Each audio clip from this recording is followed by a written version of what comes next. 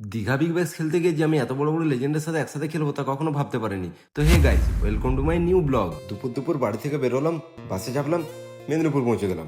দিয়ে আবারও আমরা বাসে চাপলাম, কিন্তু এখন আমার সাথে ছিল আকাশ ভাই। তারপর সুন্দর সানসেট দেখতে দেখতে আমরা অবশেষে 4 ঘন্টা জার্নি করে পৌঁছে গেলাম নিউ দীঘাতে।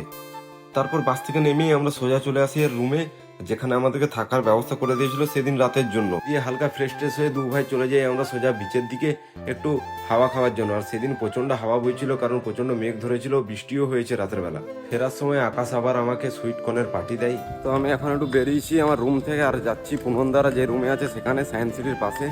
তো দেখা যাক, দিয়ে একসাথে সবাই একটু খেতে টেতে যাবো। আর এটা হচ্ছে পুনন্দাদের রুম থেকে বাইরের ভিউ।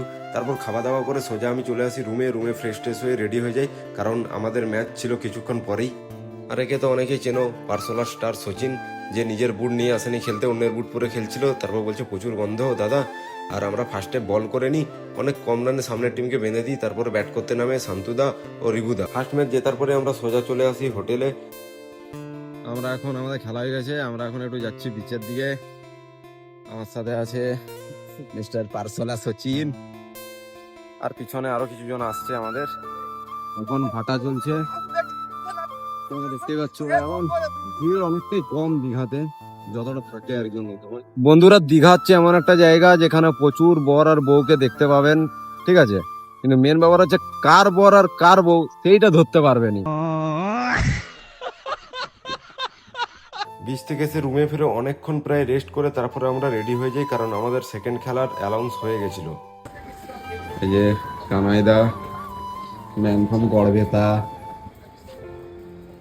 সচিন ভাই, আর একটা হচ্ছে আকাশ। আর রাতের বেলায় মাঠটা এত দুর্দান্ত লাগছিল, মানে এত পরিমাণ লাইট দিয়েছিল। কমিটি প্রচন্ড খরচা করেছিল টুর্নামেন্টের জন্য। ভিডিওতে কতটা ভালো দেখাচ্ছে বলতে পারছি না, তবে সেদিন যদি গ্রাউন্ডে থাকতে তোমরা, তাহলে বুঝতে পারতে এতটাই সুন্দর লাগছিল মাঠটা। সেকেন্ড ম্যাচে আমরা ফার্স্টে বোলিং করি, যেখানে আমাদেরকে 104 রানের টার্গেট দেয়। আর একটু ভুলভাল ব্যাটিং কম্বিনেশন নামানোর জন্য আমরা ম্যাচটা হেরে যাই। কিন্তু ওইখানে সেই দিন সৌগতদা খুব সুন্দর ব্যাট করে, সৌগতদা এত সুন্দর ব্যাট করার পরেও আমরা শেষ ম্যাচটা জিততে পারিনি।